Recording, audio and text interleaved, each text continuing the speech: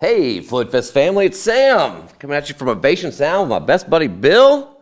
Thanks for having me, man. This is amazing to have a podcast where we get to do stuff together. I know, man. You know, it's always crazy. I know how you're always so busy and, you know, we never get to work together, but now we get a chance to, and it's great. I'm grateful for it. It feels really great to do this. And as a musician and as a patron of music festivals, I've always thought that it would be helpful if everyone knew a little bit more about what went on behind the scenes at music festivals. So they can, first of all, be more appreciative of what's going on. Second of all, have more fun. And third of all, have a better idea of what the entire experience means. I mean, you know, a lot of people don't understand like what all goes into the infrastructure of music festivals, the vendors, the photographers, the dancers, the golf cart drivers, the artist relations people, the people that track down lost children when they, you know. So I think this is a great time for us to talk about this stuff, and I think that it will be fun for everybody and a good platform to bring artists that are playing at FloydFest to come and talk about their art and maybe play some music here I like live it. in the studio. I like it, and to get to hear their perspective of everything. That's and important. Today, surprise, got a really awesome artist that's going to come talk to us. Who's this? Nick MacDaniels. Get out of town. Big something? Yep. All right. Another guy's part of the fabric of FloydFest. What a guy. Big something. Yeah. I got Talk about earworms. These guys. Couple of big something records here. This one actually was recorded in the old Ovation Sound. And we're in the brand new Ovation Sound. Yeah, and Sexy. this This place one, is sexy. This That's right. one, I wrote one of the songs on this record. Chemistry? Is the name Chemistry, yeah? So Nick's gonna come by. That's awesome. Today. That's awesome. He's gonna talk to us a little bit, and he's gonna hopefully play some music for us. I hope he does.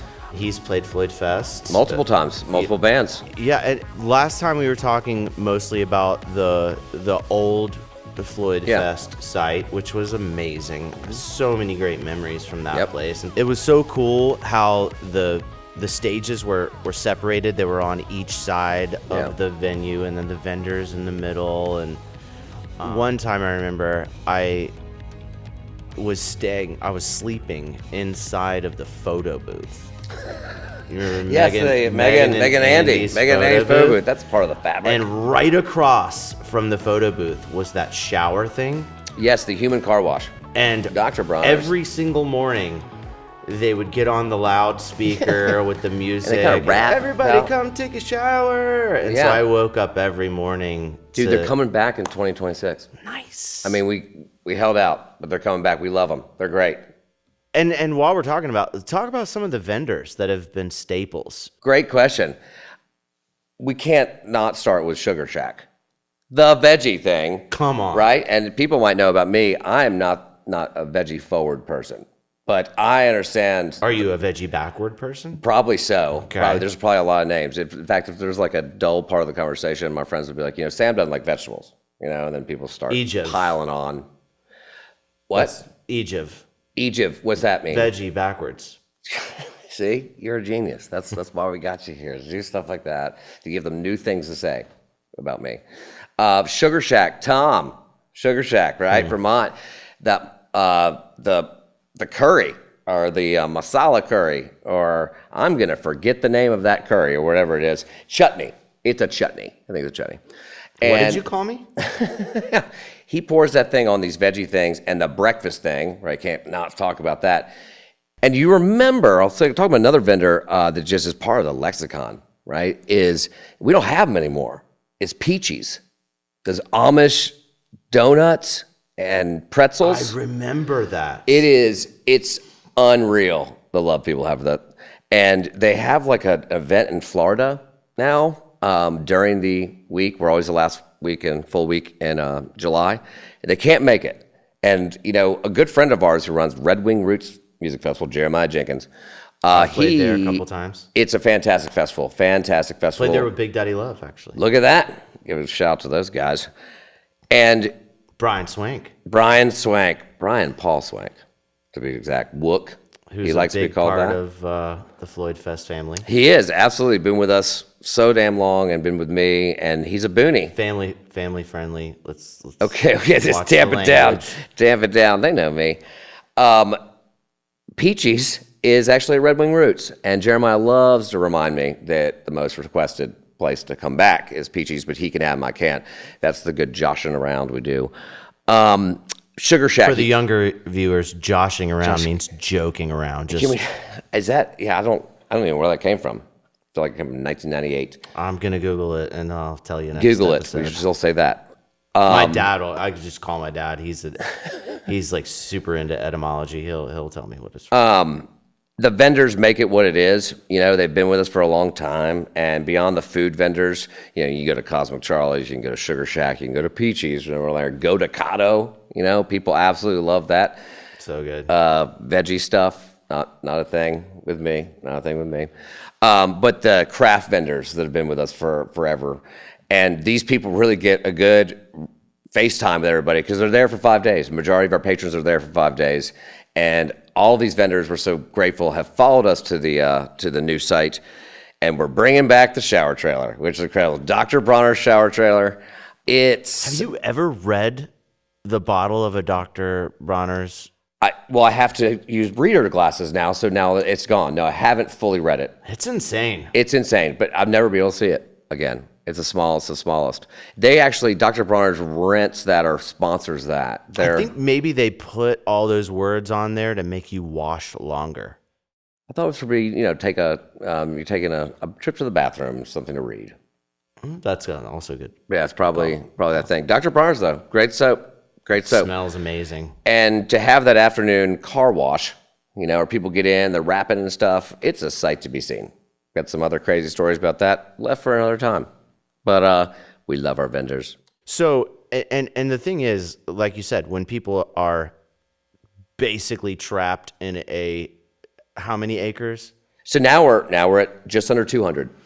So, trapped in this space for held 5 days. Held captive. People wake up, they got to have their coffee. Mm-hmm. Red Rooster Coffee. They got to have their breakfast. Yep. They got to have their lunch. They got to have their dinner. Mm-hmm. You got to have band merch. You got to have, it's like good eats. It's like gourmet eats for like 5 days. People, they don't forget about that. They know about that, right? We've got great foods that are curated, vetted before they get there. But yeah, the band merch, our merch sells out very quickly every time. It's a shopping mall, right? And you got to take a piece of the festival home with you. Every year. And they're so dedicated to doing that. And also because we change our theme every year, they want to have a piece of that theme. Right. And let's talk about the theme for a second. Yeah. Because I've talked to you. You guys have meetings and stuff Lots of them. about this. And you have like several names on the table. And let's start with Aurora. Okay. The most recent one. What went into picking that name and what were some other ones that were on the table? That's a good question. First of all, we started asking in our patron surveys, which, by the way, I want to give a shout out to our patrons. I'll admit it, I'm a guy who I've shopped somewhere, I receive a survey in an email, and I cannot erase that quick enough. Our patrons care. Well over 1,000 responses, every single year. And this is not a short survey. This is a multi-question survey. And at the end, we always have that, tell me more. And it's a 5-paragraph essay. And we love that, right? We love it. And we truly read every word. It's in the bad years, if there ever was a bad year, it's a lot to take in. In the good years, it fills your heart with all the joy. We've started asking our patrons, what would you name the festival the next year? And it's amazing the responses that we get going out of there. I'm glad I could see that either being bad or good. Yeah, there's some, we had a rather hot festival last year, so there's a lot of references to heat coming out of the patron survey this year. We have renamed the festival, like we say, every single year. It is a committee. I want to give a shout out. Our staff, our volunteers, but our core staff are incredible people right now. I want to say, my partners in crime, who aren't out here jabbering all the time, are John McBroom and Jessica Taylor. Nothing could be done without those two. John is the owner of Festival Park. Jessica Taylor and I are right and left hands there together. She's a genius, he's a genius. We all share a care for our patronage. And we joke, and it's true, the patrons own the festival, we don't own the festival. That's the level of dedication our patrons have. You know, every time I've ever played at the festival, every time I get off stage, John always comes up to me and says hello. That's amazing. That's who he is. He called himself the camp counselor too, which I kind of love. It's a compassionate thing. So we do sit around the table and we do throw out all of these ideas, and these ideas have to have meaning, right? And it's wild. They take on a life of their own. This is a surreal thing we don't talk about often, and I'll try to get all this right. It seems starting in 2019 that the themes kind of played together without us fully knowing. It was FloydFest 19 Voyage Home, right? We came home, we had one of the best years of FloydFest ever on our old site. We chose FloydFest 2020 Vision Quest. And if we all remember this thing called the pandemic. Wait, right? You may remember, you may be too young. the coronavirus? Yes, that's it, yes. I think I read about that. Not a bottle of beer, but yes. Or it was on the Dr. Bronner's. That's where you read on the Dr. Bronner's Yeah, thing. it was That's on the a Dr. good tie in Bronner's there. one, That's very nice. A Vision Quest, if you think back to what actual Vision Quest is, we came home, voyaged home, and all of a sudden, all of us got sent unwillingly on our own Vision Quest. We had to go home, and we couldn't go out, and it was a Vision Quest, if you think about that, coming out of that, right? FloydFest 21 comes about. We're the first ones to announce after the cancellation, and it's FloydFest 21 Odyssey. Kind of Homer's Odyssey, right? We're kind of coming out. We're venturing back out into the world. What's it going to be like? What's it going to be like? Back to Odysseus. You know it? The river Styx. My minivan. Dude, Odyssey. God, that thing, you should have a picture. Like, do you have a picture of that thing? I'm sure we need to frame it, like a little framer. Or maybe I could just put it in the studio somewhere. In like one of these Make it into rooms. a vocal booth. Fantastic idea. Fantastic. Okay, you've had a good amount of coffee. I like it. Odyssey went into FloydFest 22 heartbeat, and truly it was. We were beaten. Like we had come back together. We were a community going back, unreal. We took a leap with FloydFest 23 forever, okay? And that got canceled.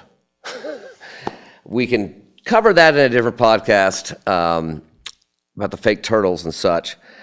But then we went to FloydFest 24 Horizon, and I'll get back to kind of your thing there. And that was kind of a rising kind of thing of the sun and the moon, the night, the morning, and those color schemes worked into everything we did. And then we went to FloydFest 25 Aurora this past year.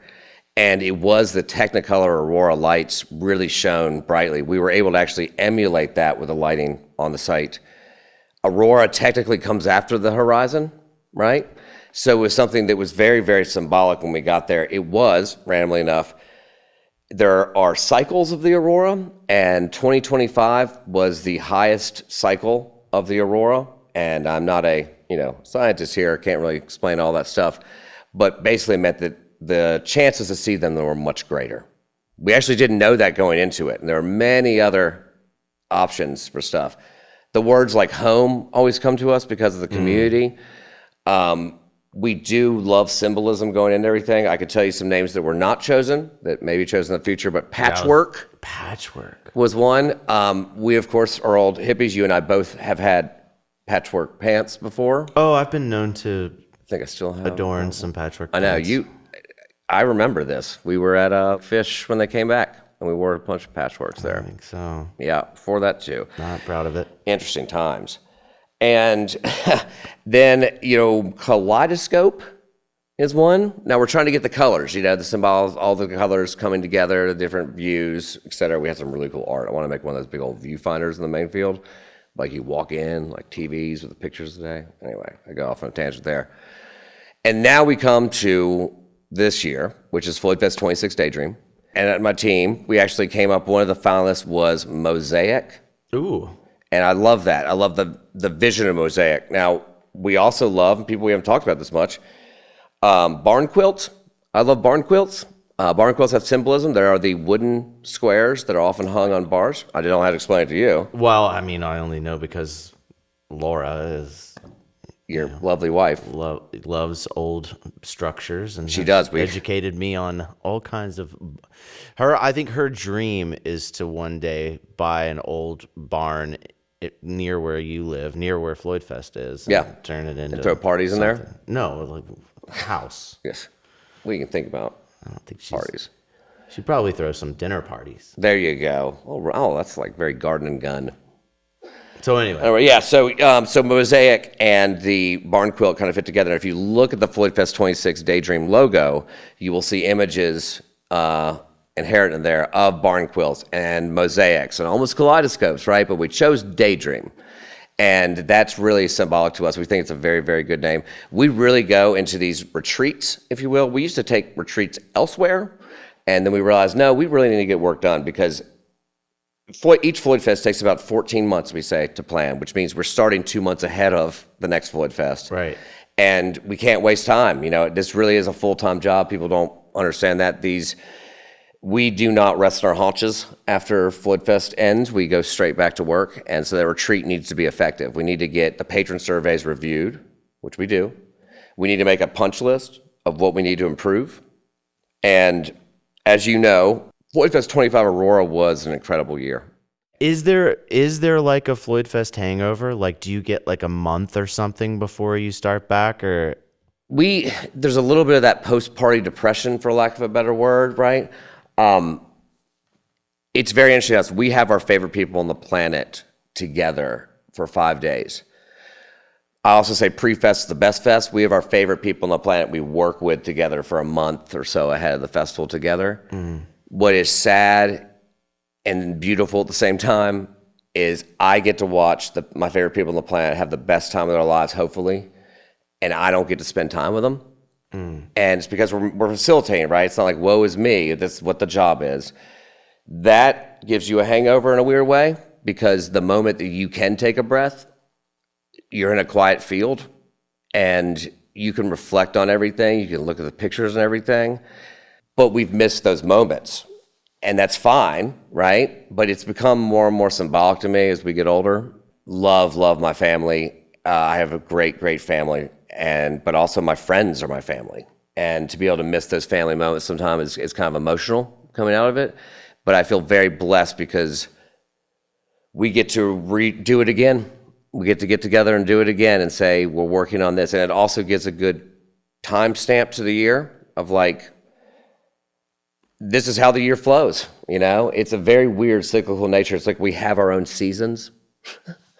Thankfully, my main partners in crime and all my partners in crime, really, Jessica, John, Melissa, Button, Brian, the list goes on and on and on, do it with you, and so you understand and they understand and you can talk to people. That's also why a lot of us in the music industry in Southwest Virginia, and you as well with me, we can talk to each other about stuff that other people can't understand. Very proud of like the festivals we have in Southwest Virginia and North Carolina that commiserate with each other, who are independents, from Rooster Walk to Red Wing Roots to Front Porch Fest to Merle Fest. The list goes on. So yeah, didn't mean to make it all weird there. You went into a way darker place. Thanks. I just went straight down. The question I was asking, this is an Arby's, was: is there a period of time after the festival that you take a break before you start planning? We think there is, but there's not. So let's go back. I interrupted you. Let's go back. So we're talking about Aurora. Go back to the dark. Oh yeah, the Aurora. Yeah, which is kind of dark. And Daydream. We're talking about the names. Yeah. We actually named the colors and everything too. It's kind of, the lineup has mostly been announced. Not mostly. There usually is 7 lineup announcements rounds. But we have Tedeschi trucks. So we're going to, 4 or 5. My team will kill me because we haven't really decided how many we're going to have yet. But we have many more. Who else we got? So we have Tedeschi trucks. Confirmed, right? Tedeschi trucks has been on the bucket list for us because they are our patrons band. We say our patrons are going to love that. Remember, we don't book what we want to book necessarily, and we have to choose by our gut, right, too. My Morning Jacket. Woo! Coming back. Come on. We had them in the cancellation year, lost them. Our patrons want them. We finally made it happen. Get them on the way up. Stephen Wilson Jr. just made the world know who he was at the CMA Awards. Will stand by me. I would say run, don't walk. if you've not engaged in some Steven Wilson Jr., his manipulation of the guitar, his story, I'm not going to tell the story right now. I'll bastardize some of it. Sorry, children. But you need to read the origin story of the leaps he took, the risks he took to get to where he is. It's the stuff of fables, and he's doing it. And then, of course, bringing back Lucas Nelson to the mountain. On the Sunday. On a Sunday. And we can say that on this. We're just going to say it on this podcast. Oh, was I not? No, it's fine. It's fine. We can say that. And then he's going to be supported, if not just, equalized.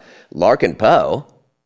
Larkin and Lucas. Larkin, they had a baby last year, so they had to drop out. Very gracefully out, I might say. And graceful to our patrons, too. Our patrons totally understood. It wasn't like run on the bank. We're leaving. And if Larkin, you're going to drop out of a festival, that's the master class. That's how you do it. That's how you do it. Some others don't do it like that. I'm not going to name names. They're like right there, ready to say them. The Word.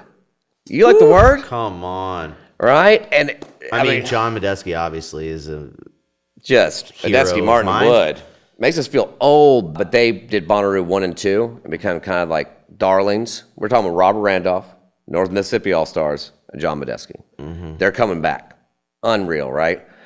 We have Andy Fresco. Not a lot of people know that there's a North and South Mississippi, by the way. Okay. Amble, we're talking about them, Irish indie band coming on over. We love it. A little world music tinge. Checked them out last night after you mentioned it to me. They're awesome. Fantastic. Johnny Molnax took my breath away. Guitar player, his fiddle player is incredible. He's just going to blow the site up. Caitlin Christian on the broadcast is coming back. She is hosting the Buffalo Mountain Jam. As she should. She absolutely should.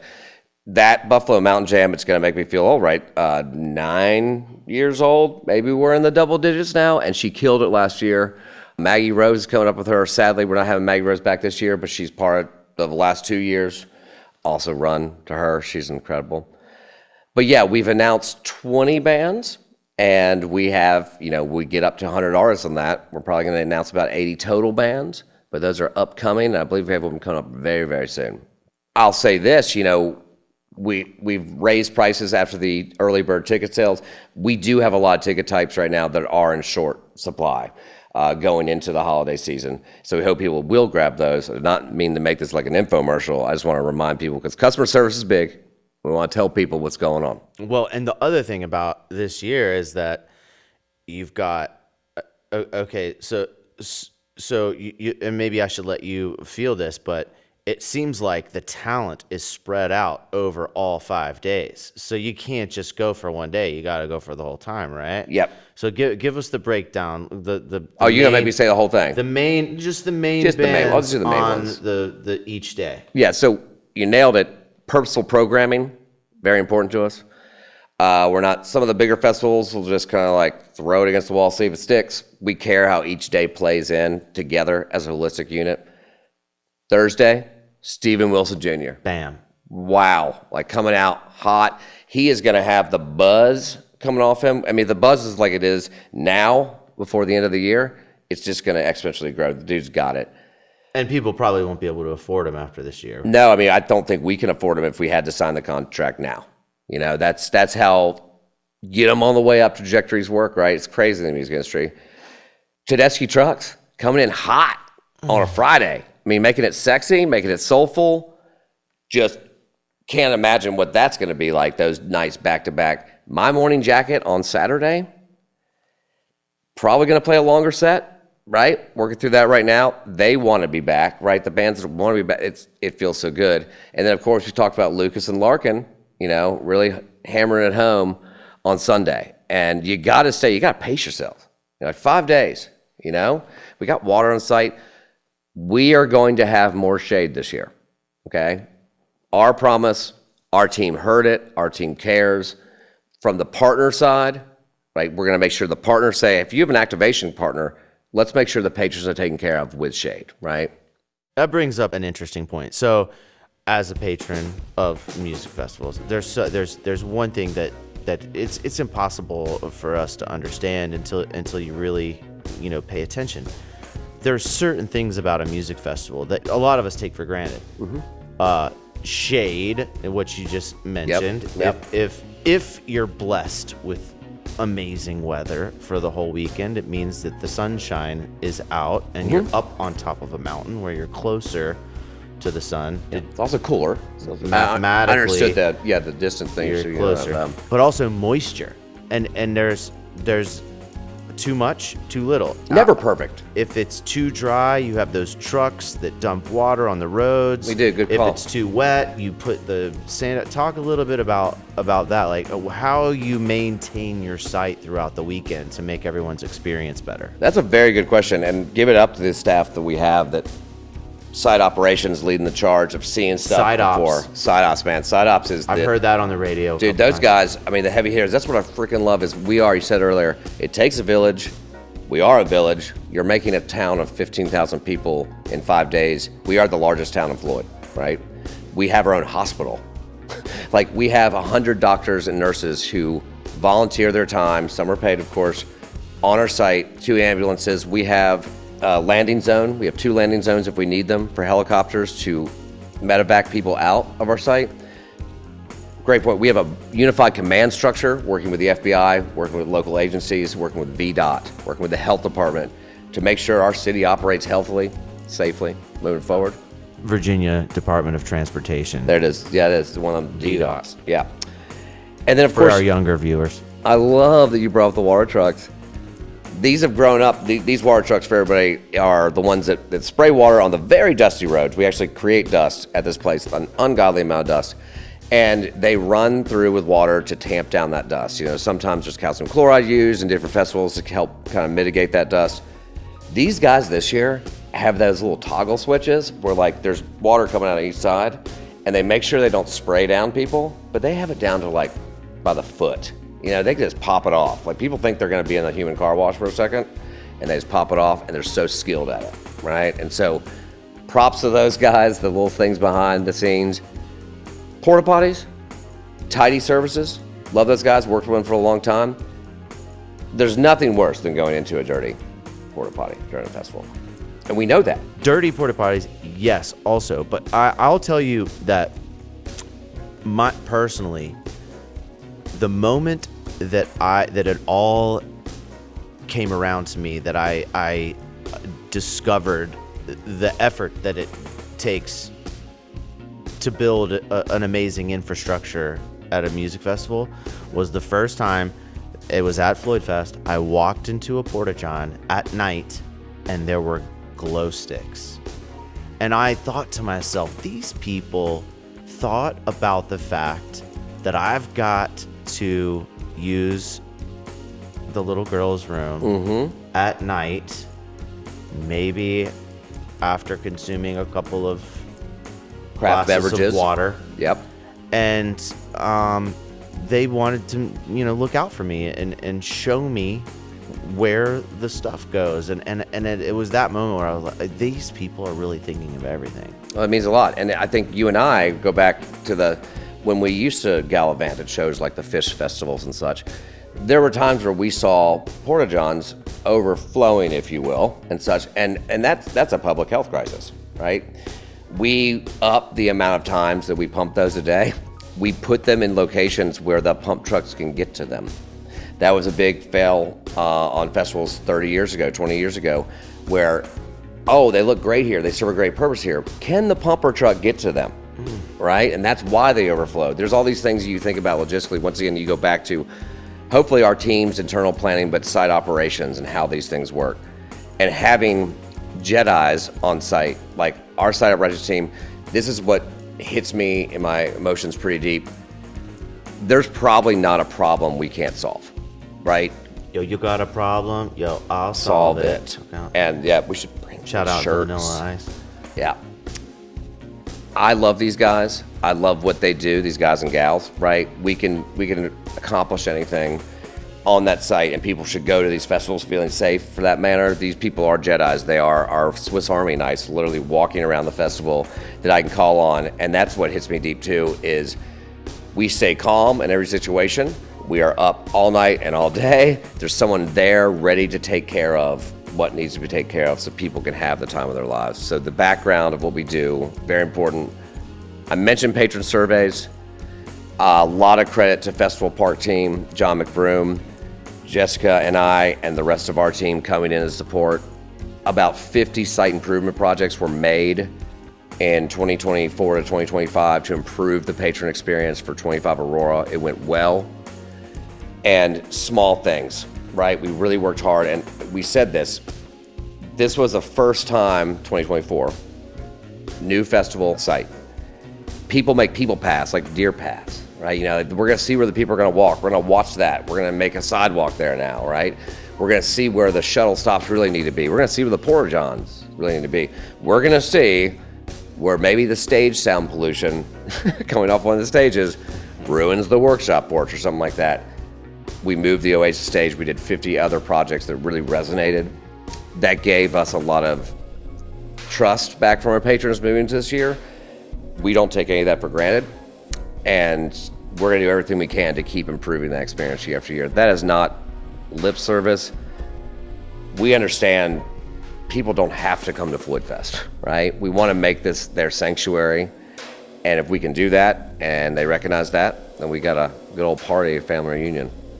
It's interesting you say that. I teach a bunch of people, you know, people that want to learn about recording. And one of the first things I always tell them is that a recording studio is a luxury business. I have people in my family that are over 50 years old that have never been to a recording studio. And I have one.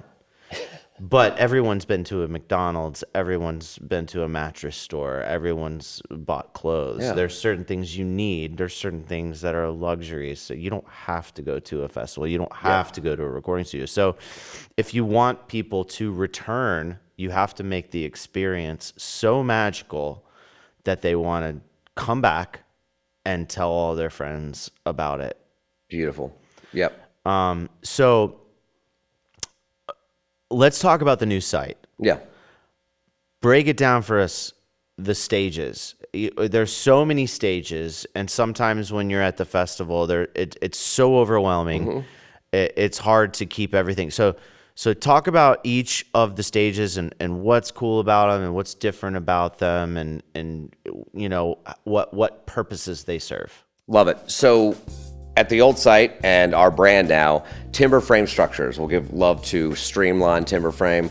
Much love to our new partners in crime, Omni Build Construction, you know, Garth Reed as well, Ed Schumann. There's so many names we can throw out that are part of the ethos of how we build our stages, right? From the very beginning. From the ground up. From the ground up, right? Very nicely done.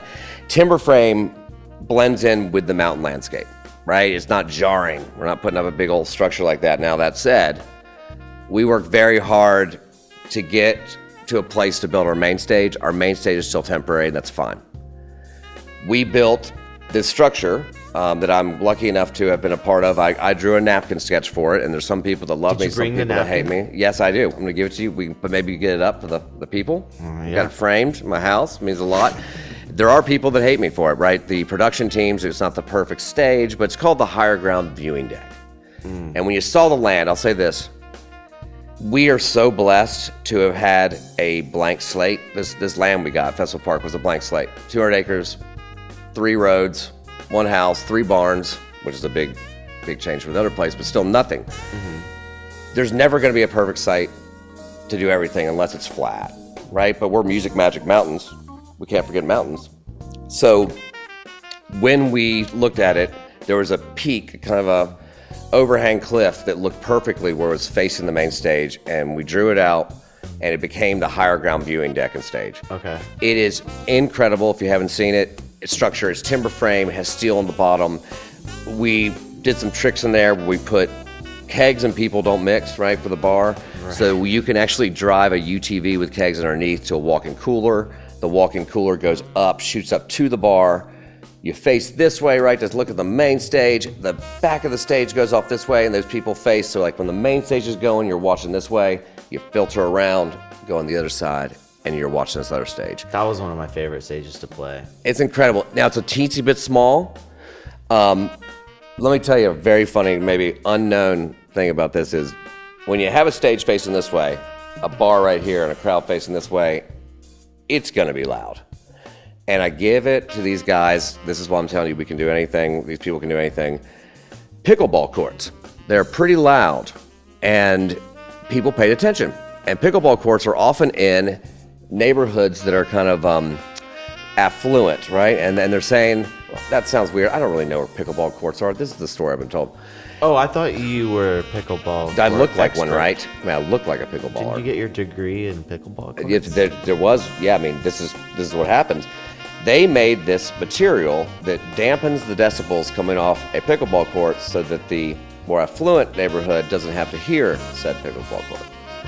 When we got into a situation where this was too loud, our guys came up with the fact that we can make these removable walls that are made of the pickleball court sound abatement stuff.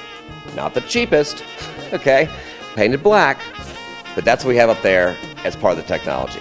Next level, right? So that is timber frame, has the branding of FloydFest that moves forward. The Oasis tent was at the old site called the Throwdown tent. It was the Pringle tent, the Saddle tent, the Euphoria tent. There's so many different names of this thing, and you guys know when I say the Pringle tent and everything like that. We put it in the wrong place in 2024. We had all the best intentions.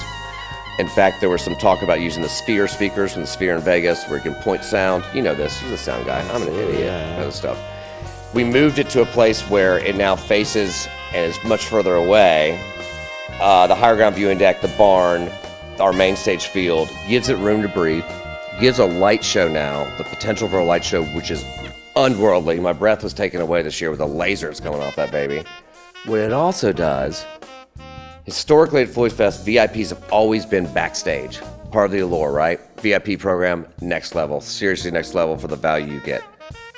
With moving the Oasis stage, VIPs are now behind the stage again. Their backstage experience. It made perfect sense. So that bad boy's going. Then we got the workshop porch. 1800 something barn we inherited on the property. It's not the same structure as the old. No. And It looks similar. It does look similar, and I was married on that stage. And let me tell you, this is not witchcraft, and this is not a lie, moving forward on this, is the last day of FloydFest 22 Heartbeat, after the last band had almost loaded off of the workshop porch, but they still had their road cases on there. It was a pretty day. No real wind, no real rain. The top of the workshop porch fell down. Oh my goodness. Onto those road cases. No one was hurt, no one was injured. They had to bring us over there just to see this amazing thing happen. It literally gave its last breath and the last day of its last use ever. Oh my gosh. We brought back Steve Arthur Seamline, and he built on the new site a new timber frame facade onto the barn. Bill St. Pierre and others redid the sides and the true hemlock from the site. It's the original bones of the 1800s barn. It was called Barn Barn. Now it's called Barn Bar. But on the outside is the workshop porch. Now with new shade sails. Going up the hill, and a lot of stages to cover, I'll try to do it quick. Canopy Grove. Canopy Grove in our intention is to make this permanent because it harkens back to the beer garden. We all remembered the beer garden at the old site. Oh man. It had shade, it had beer, right? It had lights in the trees, it had this ambiance, this vibe, right? No lie, this is one of the favorite on the patron surveys. Canopy Grove is one of the favorites. We're gonna make that permanent because we listen to them. Above it's the depot. I wanna go back to a real quick fact about the old, you played my wedding on the beer garden stage. I did. And the beer garden stage was made, because we lost it, out of pieces of a roller coaster. One of the old roller coasters in Roanoke that people grew up with at Lakeside Resort. That's awesome. Got pieces of the roller coaster. If you looked at the bottom of the stage, you could see some of the tracks. You could see the pink, which was the color of the roller coaster. But I love those fun facts. So beyond Canopy Grove, we're back at the new site. There is the depot, which is the one-stop shop depot, central part of town with a fire pit and a pick and porch. Inside, you got a Red Rooster, you got a bar, you got a camp store, you got a charging station, you're gonna have package sales next year, you got food vendors, you got showers on the backside, right? Incredible stuff. Loop around the whole site, you're back at the VIP pub. Always been very important to us that VIPs get exclusive concerts all festival long. They get to drink for free back there the entire time. They get to eat for free back there. Those intimate concerts, not to be missed, and have become part of our brand. Well catered, too. Unreal. We went away from, I'll say, the top catering company in the United States, like the ones who do Coachella, like the ones who do the biggest festivals, right? And our patrons noticed, and we said, we have to go back, right? And PCS is the name, Professional Catering Services. Those people are pros in the festival industry. They take good care. I mean, that food is good. I don't get to eat it much, but I will one day. And maybe this year's my year. But the rave reviews. I'll bring you a plate. Thank you for bringing me a plate. Yeah, and it's amazing. A lot of people don't think of like what it takes to feed that amount of people. I mean, we have full health departments that have, like, for instance, a fry tent now has to be a certain amount of distance from any other tent, and we have built infrastructure for the fry tent, right? We have to have corridors, site distances, fire marshals on us for right reason, right? We can't just willy-nilly start cooking. And does the health department like have to... I'll certify everything. Certify everything. We have building inspectors, health department. Every single thing is permitted on that site. And it's a blessing, right, that they do look pretty hard at us. But that's good because we can have that backup to make sure that everyone's safe. Got to keep people safe. Got to keep people safe. Number one job, keep people safe. So let's talk about the golf carts for a second. I know this may seem like a trivial thing, but when you're at a festival and you're walking around and there's all these golf carts driving by, and you're like, what's going on with all these golf carts? And I have to get out of the way of these golf carts. But they actually serve some very important purposes. Yep. I know, like, just from my perspective, if I get off of one stage and have to be at another stage in less than... As an artist. Yeah. A certain amount of time, there's no way I can pick up my gear and walk to the other place. So there's always a golf cart there to help me carry my stuff. So that's one purpose. But I know that there are other kinds of golf carts that do other kinds of things too, like maybe taking food to vendors and stuff. Tell me about the... Yeah, well, actually, what's interesting, we had to get, first time in our history, less golf carts, more UTVs. We have 200 acres. We do have terrain. People will tell you about that. And so UTVs can tackle that better, right? We need to be effective in moving across the site. So the fleet that we have at any given time is an incredible amount going forward, and it is serve all the purposes, right? You know, to get supplies different places for medical situations, right? To make sure that our vendors are supplied when they need to be supplied, to get artists back and forth, to get security personnel where they need to go. We wouldn't operate if we didn't have these vehicles. Something that's new, of course, at the new site is the shuttle system. Jam track is what that's called at Bonnaroo. And we actually... I've heard a couple jam tracks. Jam tracks, right? It's pretty clever what they did there with the name together. And this company services Bonnaroo and a couple other festivals. We spent the extra money to get them to come to our festival, because here's the deal. And I think my staff tells me to shut up about this more than anything, is that we used to do this stuff on tractors. Like pull tractors, a little hayride, you know? Tractors, if you don't know how to drive a tractor, like drive a tractor, it can be dangerous. There's times, though, when I'm saying, let's not kill anybody, but let's make sure we get people where they need to go. It's not smart to have a tractor rolling around. It is smart to have these shuttles. They go slow. Why do they go slow? Because that's a lot of weight and people and safety, right, to take into account. There's only a certain type of Kubota UTV that can pull these things with a certain type of braking system, right? And what else we use them for is their turning radius. It's like 13, 14 feet they can turn the entire shuttle system around on. We need that, right? That's another safety thing. If we got big, like people, for instance, they send us these things about E350s, F350s and stuff that pull these big things. You cannot turn those around, and that requires more infrastructure, less room for camping, less room for dancing. This really takes full advantage of the space it has to do what it needs to do. So we've expanded that a bit for this year. But that's very interesting. We have 5 routes that go, like an above-ground subway system. And we have the best drivers in the world that really just make it fun for everybody. So they go slow, guys, on purpose. We can't drive them any faster. We're always looking, though. If people want to write in to the podcast or, like, shoot us a note on a back of a $20 bill or something, what is next? How can we get people across? People say ski lift? No. right? Because a ski lift requires a bunch of people to fix a ski lift, and we don't want someone falling off a ski lift, right? And I mean, I've seen people fall off the back of golf carts. Not at our festival, of course. I'm sure that was at another festival you saw. We have also come, we'll give ourselves some credit on that funny one, because you're right. We've come a long way as a team. We are much safer now. I mean, stealing golf carts was a thing, not just for the patrons, but for the staff and volunteers. We are mature now, and that's statute of limitations is surely set on some of those. Stop calling me Shirley. I know. Can't be serious. Speaking of Shirley, I just got word. Oh that no, another one? Nick MacDaniels is in the building. Amazing. Would you like to talk to him for a little bit? I would absolutely love to see. Gosh. So real quick before he comes, I'm sure he'll be able to tell you. But Yeah, he's going to correct me.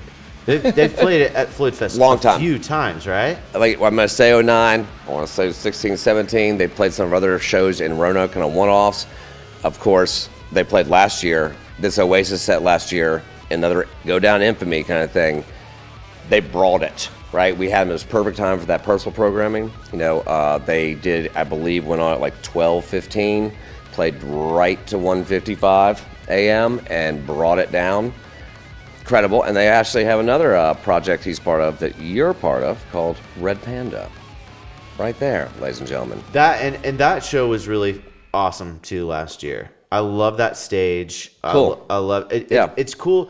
The cool thing about that stage is that apart from vendor row, it's got a couple of food vendors there and some drink vendors and stuff like that. It's a really cool, and it's right by the entrance to the festival. Yep. And it's kind of up. It's got a nice natural amphitheater. You grab some people coming vibe. in, you know, and it's great. And you remind me, like, I really can't wait to talk to you and Nick about, you do really cool things with Red Panda for up-and-coming musicians. And it's a beautiful charge you guys have. Let's speak to you guys about that. That stage, is it permanent? That's Campy Grove. Right. Campy Grove is going to be permanent. It's going to be. Going to be permanent, yes. We're working on that now, a little more rearrange of it, so we can maybe have one-off shows. That's kind of the hope up there. And use the depot with it as a sister kind of venue where you can have ABC, food, showers, porta-johns, fire pit, jam sessions, close parking, all that stuff. Right on. Yeah. Well, so let's shift some things around. Let's talk to Nick. Yep, I'm getting word that he's This is awesome. Thank you for bringing Nick in. You full of surprises, Bill. I aim to please, Sam. Absolutely. All right, This is I'll day see you one. in a second. Thanks, brother. Nick, for Big Something, give it up. Hey. Thank up, you Nick? for the gift of bringing you down here. Not sure how much of a gift it is, but We're happy to be here. Dude, we love your art. We love what you guys do. You guys have played FloydFest multiple times. That's Big Something. We're thinking we're 2013. 13? Yeah, 13. First the one first on the one? rise. Rough estimate there. Yeah, and that was with Davina, the dragon. Yes, that was with the fire-breathing dragon. I remember that well, actually. Yeah, and we had to not gentrify, but that was a joke people said. We got rid of the Global Village after a couple of years because it was too much of a party or whatever. But The Global Village popped off. That right? was- Do you remember? You that remember was those a good sets? time, yes. I remember that was where I first heard Rebel Bucket, and they were incredible. An incredible band, yeah. So And from the stage at Global Village, was it amazing? Like, here's what I say is you go there on any day of the week, and it's a small stage, but you see it at FloydFest in full regalia, and it was a party. It's spectacle for sure. Like, just all the different fire performers and art installations and just people having a good time. Yeah, it was one of our first festival experiences as a band, and it honestly, like, we're so grateful for it because it turned us on to so many of our like lifelong fans in Virginia. Like, you know, from when we were first getting started, we still meet people that talk to us about seeing us that year at FloydFest. Like it's you know, something we're super grateful to have had, you know, in our history as a band. So. Love it. Well, I can see this seriously. We're grateful for Big Something, like carrying the jam band torch of the East Coast. Like, seriously, doing our best. And you guys bring a party. And this past year, Was it a midnight to like just before 2 a.m. set? Yeah, the late night set was super fun last year under that cool new tent you guys that had saddle tent, or whatever. with Dustin doing all the visuals on the walls of the tent. It was such a cool just vibe. The energy was great. We had such a good time, and it also was, for me personally, super cool to have Red Panda there too. Like, those guys had such a blast at the I forget what stage it was, but Canopy Grove. Canopy Grove, yeah, that was a cool stage. It was really endearing, like, to get to know what you guys are doing. Can you explain a bit what you guys are doing with Red Panda? Absolutely. So during the pandemic, when we kind of weren't touring as much with Big Something, I happened to stumble upon an open jam with this drummer, Kasim Williams, and he just blew my mind. I was like, wow, this guy is like one of the best drummers I've ever heard. And so we started playing, and he and his lifelong friend Mark, who plays bass, are a rhythm section, and they just know each other like, you know, they're so tight just as a rhythm section. And so Bill, it also gives me a chance to play with one of my best friends in the whole world, Bill, and then Ranford Almond, an upcoming singer-songwriter from Greensboro. Also on the rise. On the rise, got a nod on the rise. Absolutely. Who I, love and adore. So it's just kind of like a bunch of really great musicians and good friends coming together. And we're kind of in the style of like Wolfpack, like a rhythm section with lots of different special guests in the mix. So yeah, it's just another labor of love. It is, and I'm not going to make us feel old here. You kind of said something to me about how, like, we're the older generation kind of taking the newer generation under our wing. Yeah. And you've done that with Red Panda, which is absolutely super cool. And that's kind of the thing about FloydFest. We want to help on the rise, bring people up, get them on their way up. Those guys had such a great time last year, and I'm so thankful that you welcomed them to be a part of it. It was just really cool to see them be there and take it all in. Like, whoa, like, it's kind of hard to believe we're getting to do this right now. So it was awesome. It was very cool. And now, it means a lot that you're part of the history of FloydFest now. They're part of the history of FloydFest. You also played 2017, not only at FloydFest, you also played the really oddly named event we had called the Giant Jam Sandwich in Roanoke, Virginia. That was fun. It was fun. It was kind of a juggernaut of jam. I think Talk played. Weren't the Works there maybe too? The Works were there. A little Z in that name. Yeah. That's good stuff. Yeah. But I want to thank, seriously, like, what you guys do for the jam. The jam scene needs to, we're all talking about fish on this podcast and stuff, and like, we're old fish heads, and to see the jam band scene carry on. So thank you for all you're doing. We're just, doing what we do and trying to, stay true to doing it for the right reasons. And, it's just great to have festivals like FloydFest, like one of the last great independent music festivals out there. It's like, it's like such a rare thing, and to have a platform like that, it's a very symbiotic relationship. Like we couldn't exist without events like FloydFest. So it's always appreciated, to be a part of it. Love it. And I want to say too, you guys have your own festival. It's going on for a while. Can you talk a bit about that? Big what? That's the other thing, is we can appreciate how much love you put into what you do with FloydFest because of our festival, which is on a much smaller scale, but still, just a crazy amount of time and effort and love gets put into it. So I can only imagine what it's like on your end. But yeah, we have the Big What, and this past year was our 11th year. So that's amazing. You made it. Yeah, we by the skin of our teeth. We're still pulling it off, but it's it's always such a great time and such a great community, and it's really just kind of become almost like a home, like a family reunion. Yeah, I was gonna say, it seems like we have the FloydFest family. You guys have the What family? The What fam? Yeah. What fam? Yeah. And it seems like super dedicated people, right? It's a very passionate, loyal fan base of music lovers from all over, really, but kind of the Southeast Carolinas. Yeah. It's Didn't you turned have into Wolfpack at the Big What once? We did have Wolfpack. Are you serious? Yeah. I missed that. That's amazing. Yeah, that's kind of was our big crazy moment in 2015, right before they started to take off. I managed somehow to get in touch with Jack through email, and we got them to come play. That's incredible. Yeah, I was like, we'll fly you in, we'll we'll have all the gear you need there for you. They came and did it for like the cheapest, craziest price you could possibly imagine. Yeah, you don't have to say the price, but yeah, that's incredible. They showed up barefoot in a rental van and just were like walking around at the Big What, talking to people, meeting people. It was so cool. That's so cool. Yeah. Are we having more Big What's? Yes, we are definitely having more Big What's. I love it, man. Yeah. Love it. You got to keep it going. Thank you. Yeah, keep the torch alive. Likewise, I can appreciate how much, work goes into it. It's what would you labor of say love. is like the biggest surprise about having to go behind the scenes? We're talking about like porta potty placement and stuff like that. I mean, name one of them, Oh man, everything's just changing so much. Yeah. It's so different from how it used to be. I feel like the music industry in general kind of used to almost be like a side hustle for the alcohol business, and like the music was there to support selling alcohol, but now people aren't really like drinking as much, and so that's like it's like shifting and turning into like ticket fees and stuff like that. It's just like all these little things that are happening in the economy and the music industry at large are like changing how festivals have to run and operate, and it's always like figuring out a puzzle every year. Amen, brother. Yeah. I mean, from vendor costs to artist costs to go up, and then when the artist costs go up on like the bigger bands, it always is a conundrum to us because it means we can't support.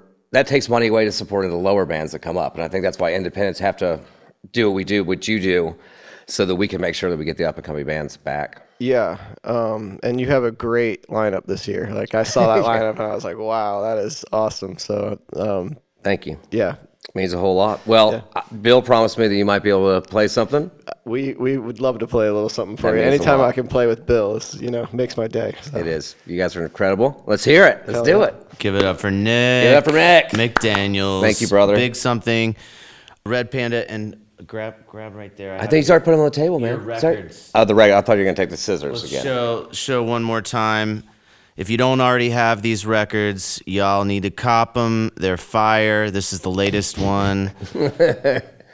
And also, there's some cool Red Panda dates coming up, some great Big Something dates coming up, and of course, Yes. you definitely want to go check out the Big What next year. Thanks, Nick, for coming. Yeah, Of what course, thanks websites for you having pick? me. Oh, yeah. Websites? Yeah, you can check out everything at bigsomething.com and redpandaband.com. Big Something has our 4-night New Year's run at Yeah. the Lincoln Theater in Raleigh, which is always an awesome way for us to end the year. So come if you can come hang with us, and thanks for having me, guys. Actually, one other thing before you go, if you have time, Yeah. is one other thing I wanted to ask you about, which Yeah. has been kind of an anomaly to me. Like, talk to us about In the Middle of Nowhere.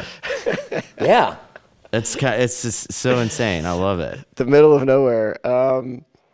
Yeah, I mean, that came when we were kind of like brainstorming our first album. My friend Paul and I, who passed away several years R.I.P. ago. Paul. Rest in peace, Paul. He was a big part of like the lyrical collaborations for the band, and we kind of came up with this universe. And it all kind of stemmed from the idea of living in the middle of nowhere versus like living in a big city. And, the middle of nowhere kind of took on a deeper meaning for us in that universe that he kind of came up with. So, yeah. But now, like, your whole fan base, like, It's called The Middle of Nowhere with Big Something as our fan group. And the first album was called Stories from the Middle of Nowhere. so cool. That's cool. When you do the tie that binds, get that art, get that feeling. Yeah. That's super cool. Love all the threads that weave in between all your records, like the characters that reappear in songs and stuff like that. It's so cool the way that you guys think about your art as a arc rather than just little moments in time. Thank Super you, Bill. cool. I appreciate that, man. Meaningful stuff. All right, let's play some music. Yeah. Let's play some music. All Thank right. you, Nick.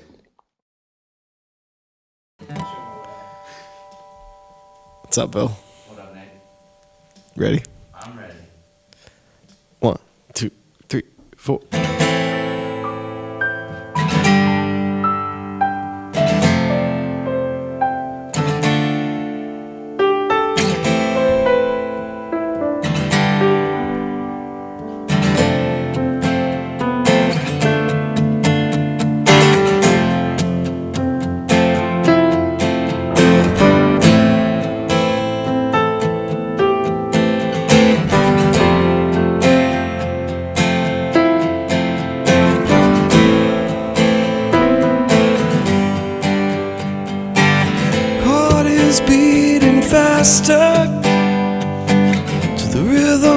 of a drum. Cross our wires together and feel the power turn it on.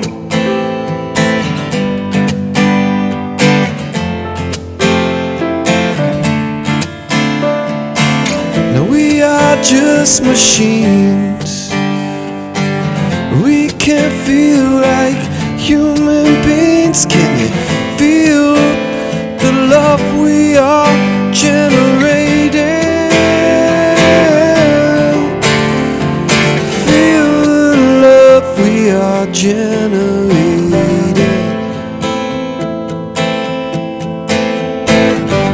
Feel the love we are generating.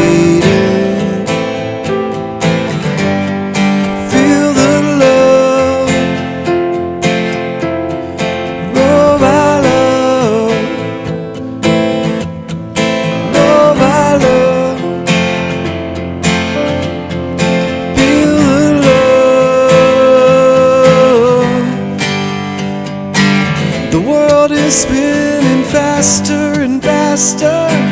The innovation we're forever after. Circuits run and the meters spin. Feel the rhythm within the rhythm.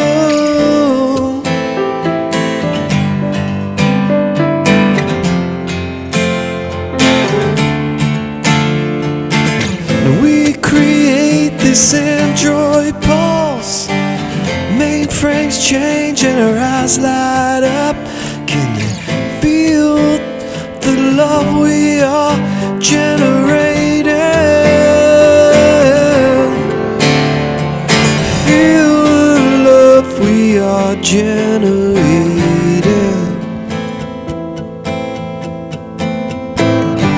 Feel the love we are generating.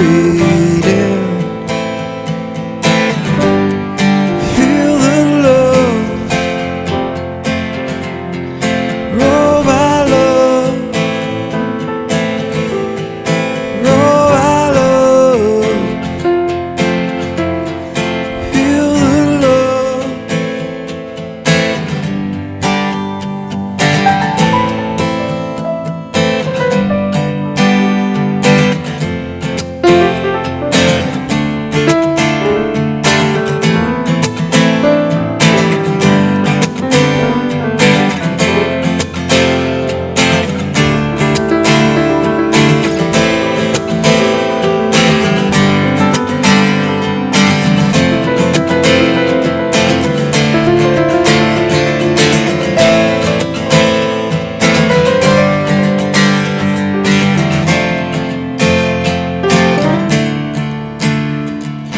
Feel the love we are generating.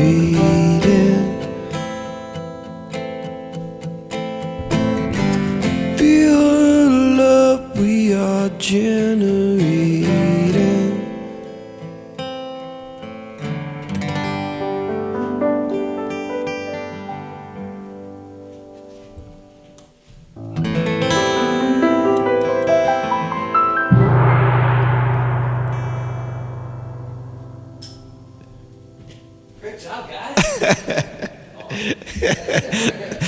That was sick. that was the best part.